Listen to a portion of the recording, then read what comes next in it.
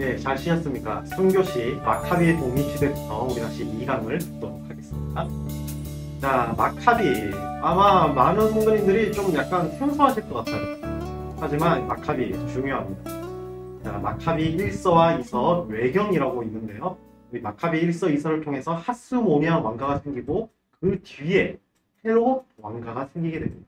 이 이야기가 담겨있기 때문에 아주 중요합니다. 자, 이 외경이 뭐냐? 마카비가 뭐냐? 하스모니안이 뭐냐? 한번 배워보도록 할게요.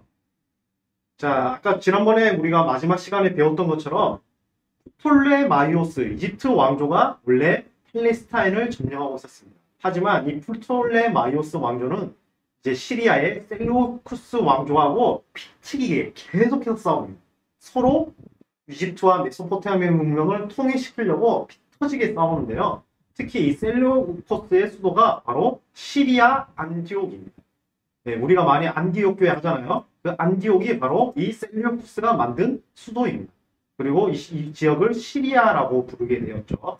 자, 라이벌 이집트의 프톨레마이오스의 왕조와 계속해서 일전일퇴하면서 싸우다가 결국은 팔레스타인을 셀루쿠스 왕조가 점령하게 됩니다. 프톨레마이오스 왕조에게서 뺏어가지고 이스라엘과 유대를 셀레우쿠스가 점령하게 되는데요. 그 다음에 또 싸웁니다. 그리고 이때 셀레우쿠스의 왕이 안티오쿠스 4세인데 프톨레 왕조의 싸움에서 집니다. 싸움의 패배 이후에 싸움에 지면은 엄청나게 손해를 많이 보잖아요. 그러자 돌아오는 길에 세금을 유대에 부과합니다. 그리고 유대 성전에 금으로 만든 보화들이 많다는 얘기를 듣고 성전을 약탈합니다. 성전만 약탈하면 괜찮았을 거예요. 그런데 그 성전에서 돼지를 제사합니다. 그리고 제사를 하면 어떻게 되죠? 피를 뿌리게 되잖아요. 소를 잡은 다음에 피를 땅에 뿌리고 그 다음에 원래 제사할 때 소의 피를 이렇게 바깥에 뿌리면서 이제 그 피로 사람들의 죄가 사해짐을 알려주잖아요. 근데 돼지를 제사하고 돼지 피를 성전에 막 뿌리기 시작하는 거예요. 그리고 성전 안에 제우스 신상을 세웁니다. 그리고 자기가 제우스 신이다. 나를 성전화합니다. 그리고 이것에 반대하는 제사장들을 다 죽입니다.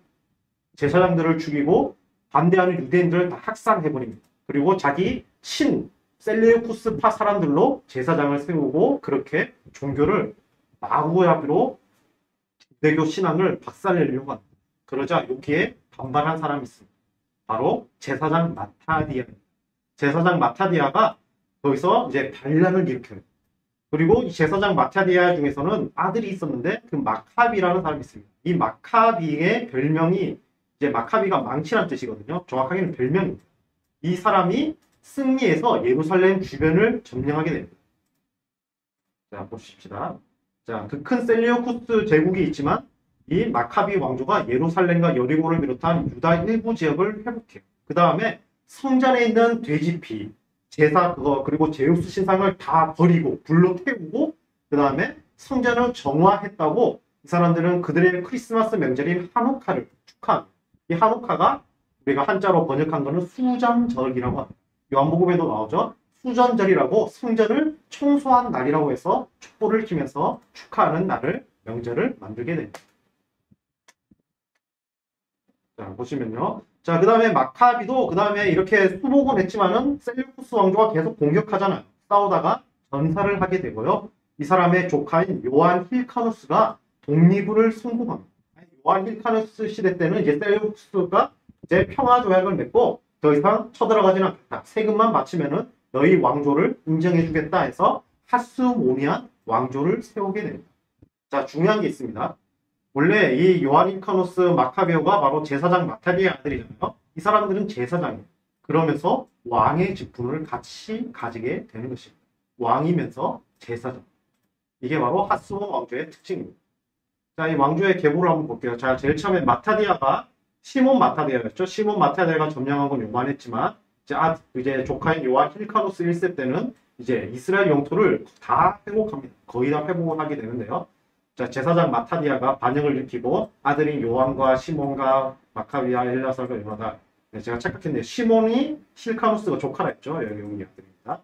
자, 이렇게 아들들이 있었는데 아들들이 다 죽고 이제 힐카누스만 남아서 왕조를 세우게 됩니다. 자, 이 하스몬 왕조는요, 특징이 하나 있습니다.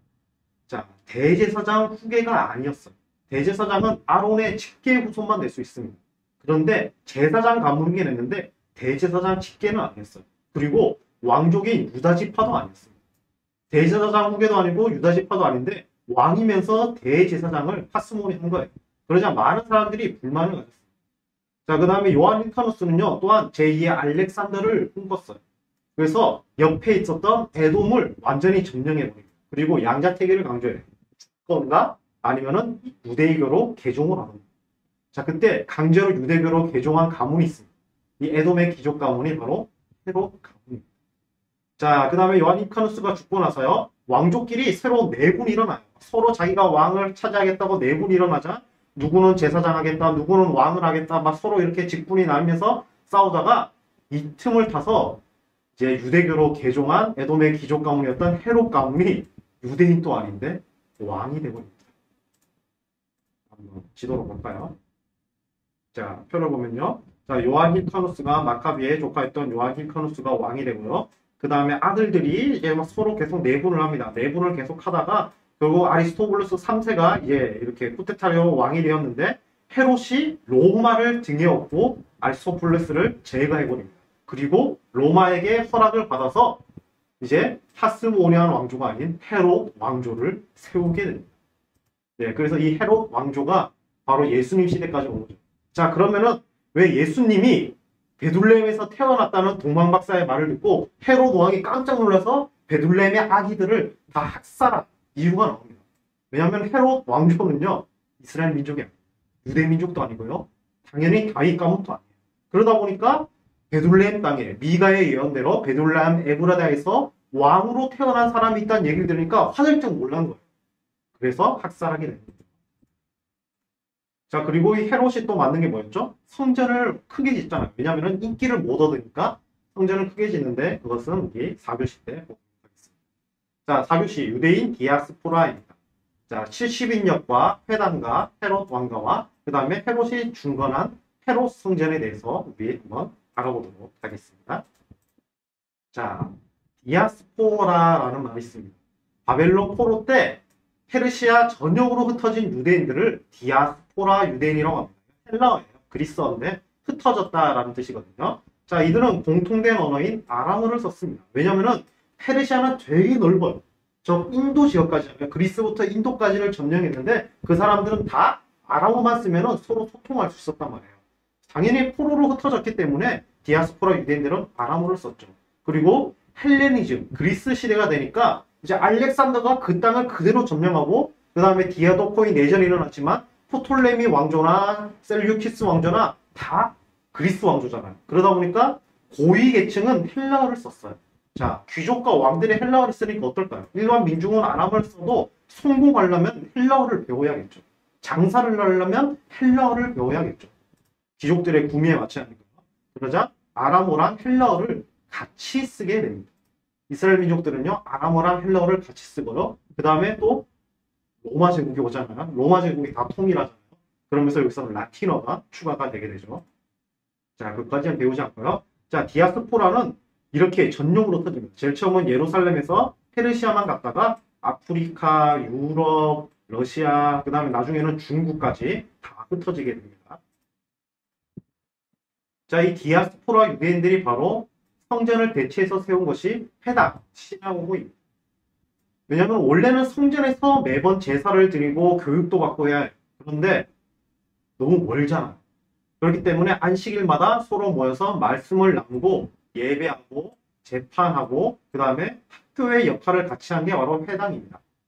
자, 예수님도 이 회당에서 나사렛에 있는 회당에서 말씀을 읽었죠. 그리고 회당 사역을 했습니다.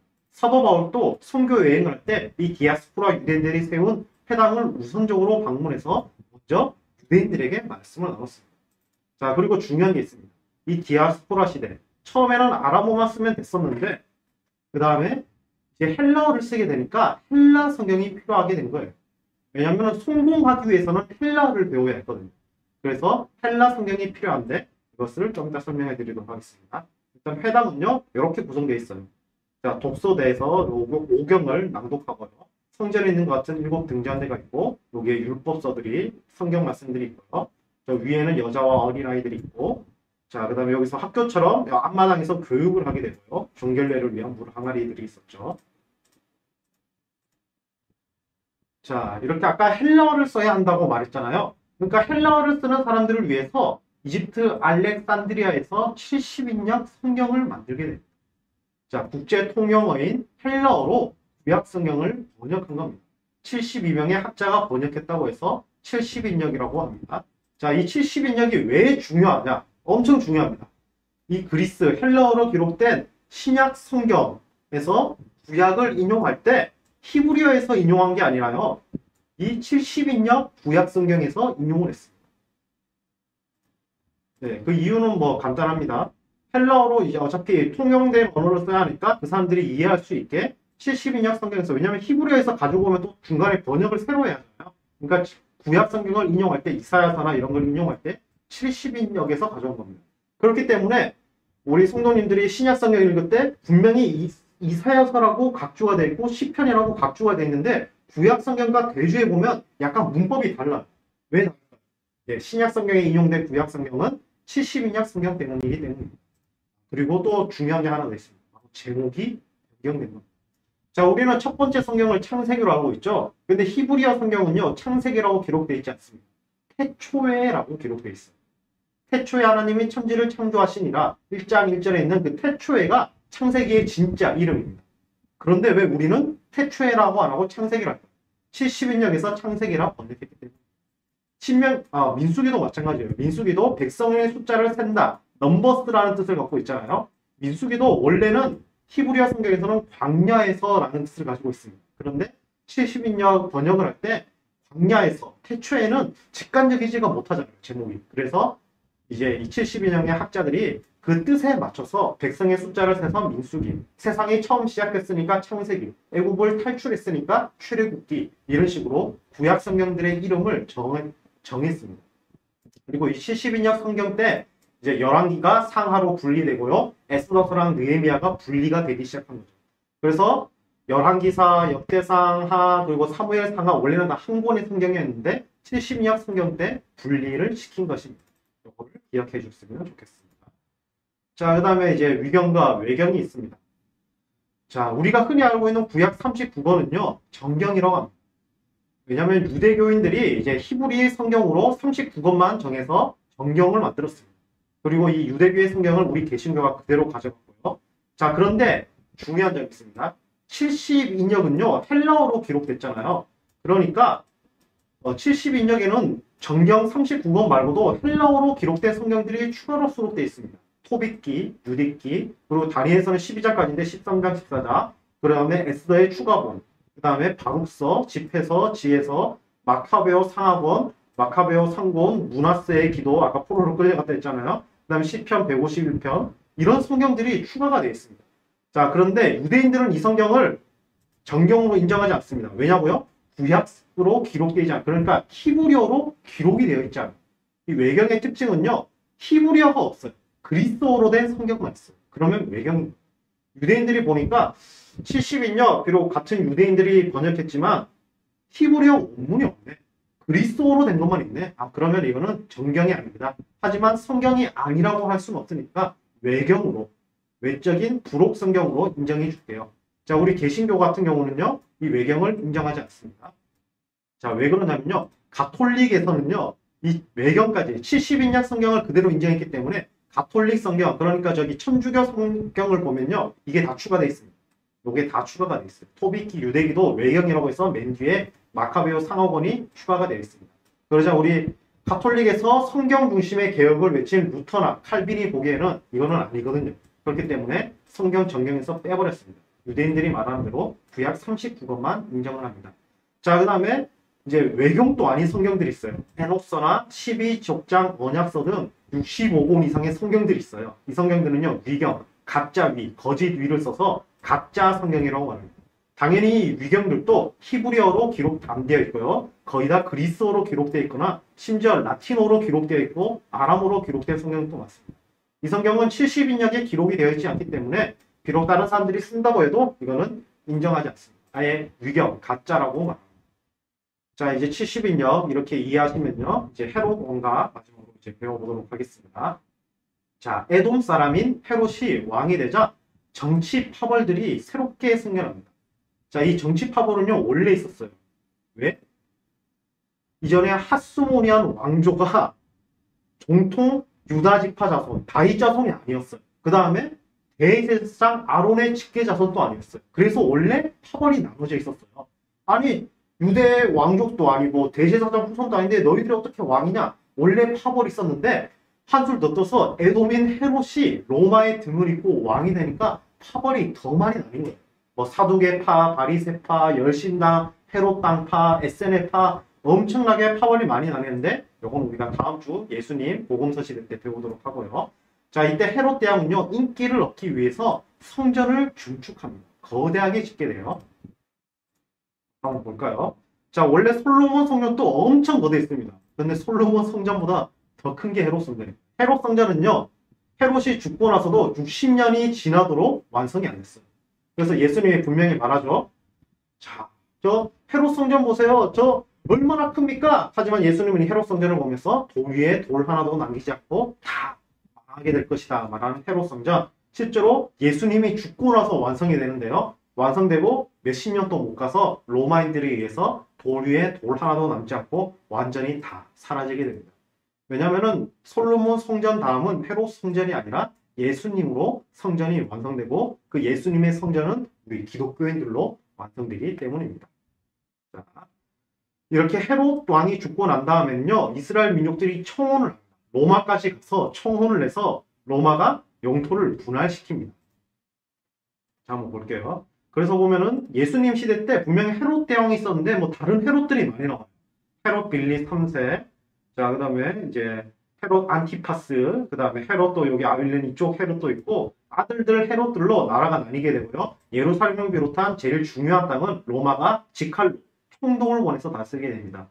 그 중에서 예수님 시대 때는 본디오 빌라도가 행정장관 겸 총독으로 이곳에 머무르게 되지요. 자, 여기까지. 그래서 이걸 분봉왕이라고 말한 이유가 뭐냐면 헤롯 대왕이 죽고 나서 이스라엘 민족의 청혼으로 나라가 나뉘게 되기 때문입니다. 또한 이 사람들끼리 서로 막 내전을 벌여요. 그래서 결국은 이제 로마가 직할로 다 다스리게 됩니다. 나중에 시대 때는요. 자, 이렇게 3주차 신구약 중간기를 마치도록 하겠습니다. 우리가 1교시 때 포로 귀환에 다뤘고요. 2교시 때는 알렉산더 대왕 이후에 헬레니즘 시대를 다뤘고요. 이제 헬레니즘 시대 때 이제 그 사람들이 유대교인들을 박해하고 성전에 돼지피를 뿌림으로써 마카비가 독립을 했음을 우리가 알게 되었고요. 그 다음에 이제 마지막에 흩어진 유대인들이 예수님 시대까지 디아스포라로 흩어진 것을 우리가 배우게 되었습니다. 예, 제가 너무나도 휙휙 지나간 경향이 있는데 이번에 우리가 교재로 삼는 성경 파노라마 챕터 8이 이 신구약 중간기를 다루고 있습니다. 챕터 8, 챕터가 하나밖에 안 돼요. 그러니까 혹시라도 궁금하신 점이 있다면 그 책을 꼭 한번 읽어보시는 거 추천드리겠습니다. 네, 감사합니다. 수업 듣는다고 고생하셨습니다. 다음 차 때 뵙겠습니다.